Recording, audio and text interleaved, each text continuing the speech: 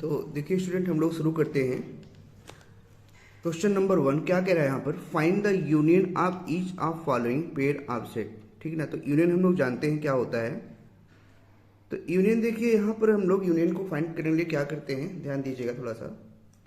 इसमें हमें यह देखना है कि अब यहाँ पर x में जो वैल्यू है 1 2 3 5 है और अगले में 1 2 3 है। ठीक है ना। तो x यूनियन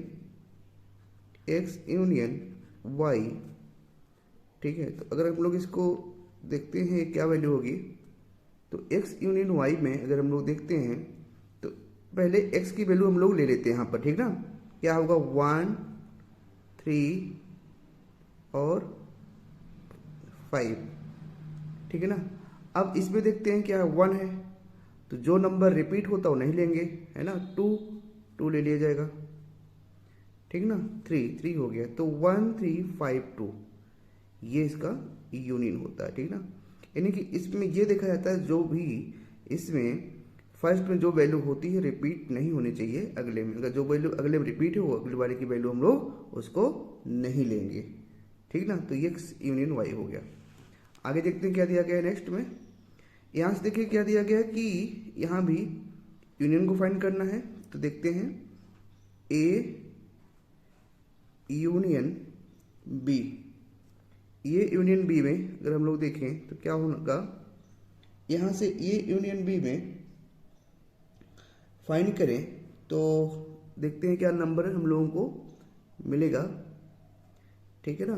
तो यहाँ से देखा जाए तो यहाँ से ए ई आई ओ यू, ठीक ना, ये तो नंबर पूरा हो जाएगा। बी भी देखा जाए, ए यहाँ पर है रिपीट नहीं लेंगे, बी ले लिया जाएगा और सी भी। तो ये इसका यूनियन हो गया। ठीक ना। तो समझ में आ गया होगा कैसे किया जा रहा है इसको। ठीक ना। नंबर 3 में देखते हैं क्या कहा गया है कि x is the natural number of multiple of 3। कोशिश ये करिए कि जो भी यहाँ पर अगर आपको सेट बिल्डर फॉर्म में बना दिया गया है तो आप ए यूनियन बी भी उस सेट बिल्डर फॉर्म में निकालिए। तो एक बार देखते हैं क्या कंडीशन क्या है यहाँ पर है। तो अगर यहाँ पर ए की वैल्यू को देखें तो ए में है नेचुरल नंबर मल्टीपल ऑफ 3, तो 3 6 9 10 ऐसे इनफिनाइट नंबर इसके हो जाएंगे। अब बी में अगर देखा जाए तो बी में क्या होंगे, बी में कह रहा है नेचुरल नंबर जो है लेस देन 6, तो लेस देन 6 में क्या होगा 1 2 3 4 5। ठीक ना। ये नंबर लेस देन 6 है। तो अब इसको अगर हम लोग ए यूनियन बी का सेट बिल्डर फॉर्म निकालें, ए यूनियन बी का, तो क्या होगा, सेट बिल्डर फॉर्म बनाएंगे तो पहला number x is such that x equal to 1 2 3 नहीं लेंगे यहाँ पे 4। ठीक ना, क्योंकि 4 आगे लेंगे। 1 2 4 5 एंड 3, जो 3 का मल्टीपल है ना, मल्टीपल ऑफ 3 यहाँ लिख लेते हैं, मल्टीपल ऑफ 3। ठीक ना। ये तैयार हो गया सेट बिल्डर फॉर्म के हमारा यूनियन। ठीक ना। तो समझ गए होंगे आप लोग कैसे ये किया गया है। यहाँ देखते हैं क्या दिया गया है, x is natural number and 1 x less than 1 and 6 less than and equal to 6। तो यहाँ देखते हैं कि वैल्यू क्या क्या होगी, इसको हम लोग एक बार नोट लेते हैं। यहाँ से 1 तो हमें लेना नहीं है। ठीक ना। तो क्या हो जाएगा यहाँ से 2 3 4 5 और 6 को भी इंक्लूड किया जाए क्योंकि यहाँ पे इक्वल का साइन है। ठीक ना। बी में की वैल्यू क्या होगी देख लेते हैं।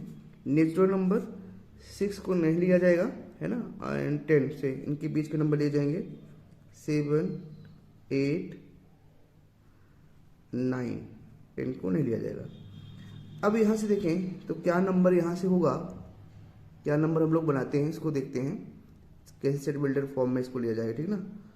तो ए यूनियन बी, यहाँ से x इज सच दैट, ठीक ना, x इज सच दैट, अब जो यहाँ पे वैल्यू होगी क्या होगी, इज इक्वल टू, अब यहाँ से 2 है तो क्या होगा, 1 से जो x की वैल्यू होगी 1 से लेस होगी, ठीक ना, और ये कहाँ तक होगी, लेस देन 10, ठीक ना, लेस देन 10, 10 से कम, तो 10 से कम देखो क्या 9 है, और यहाँ से देखा जाए बाकी इसके बीच में 2 3 4 5 6 7 8 9 आ जा रहा है ना, और 1 से कम है तो इसके बाद 2 आ जा रहा है।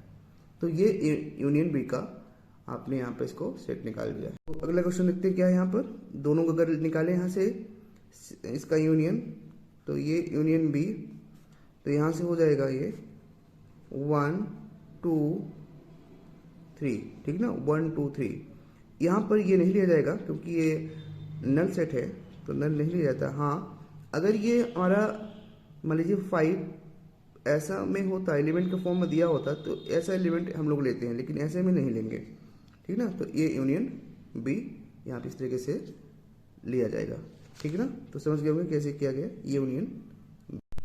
यहाँ से देखा जाए ये यहाँ भी हमें निकालना है, क्वेश्चन क्या दिया गया है, ए इक्वल टू ए बी है और बी का वैल्यू ए बी सी है, तो कह रहा है क्या ए इज सबसेट ऑफ बी, तो ए इज सबसेट ऑफ बी मतलब कि ए क्या बी का सबसेट है, तो हाँ ठीक है, क्योंकि देखिए ये वैल्यू ए बी वैल्यू इसी से वैल्यू पे यहाँ से आ रही है, तो ए बी क्या हो जाएगा, ए जो है बी का सबसेट हो जाएगा, क्योंकि हमें ये पता है बी सबसेट, ये सबसेट क्या है, क्योंकि जो कह रहा है कि बी का सबसेट ए है, इसका मतलब जितनी वैल्यू है वो सब वैल्यू यहाँ पर है, ठीक ना।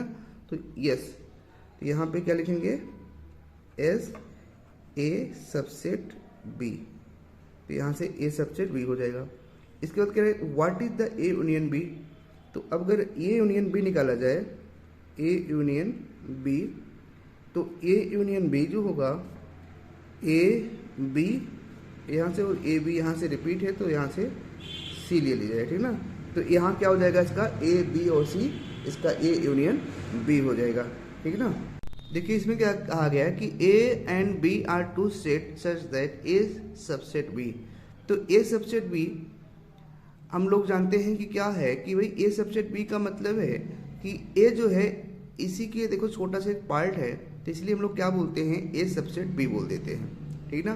अब आगे कहना क्या चाह रहा है कि क्या what is the A union B, अगर ए यूनियन बी को हम देखें, ए यूनियन बी, तो ये किसके इक्वल होगा, ए यूनियन बी में अगर हम लोग इसका निकालते हैं तो क्या होता है, जितने इसके यूनियन होते हैं, जितने इसके एलिमेंट होते हैं वो सब ए बी सी, तो देखिए ए बी सी में सब वैल्यू बी की वैल्यू आई है, तो ये वैल्यू हम लोग क्या लिख देंगे, बी, तो यानी कि ए यूनियन बी क्या हो जाएगा, इक्वल टू बी हो जाएगा, ठीक ना। तो ये समझ गए होंगे कैसे किया गया है।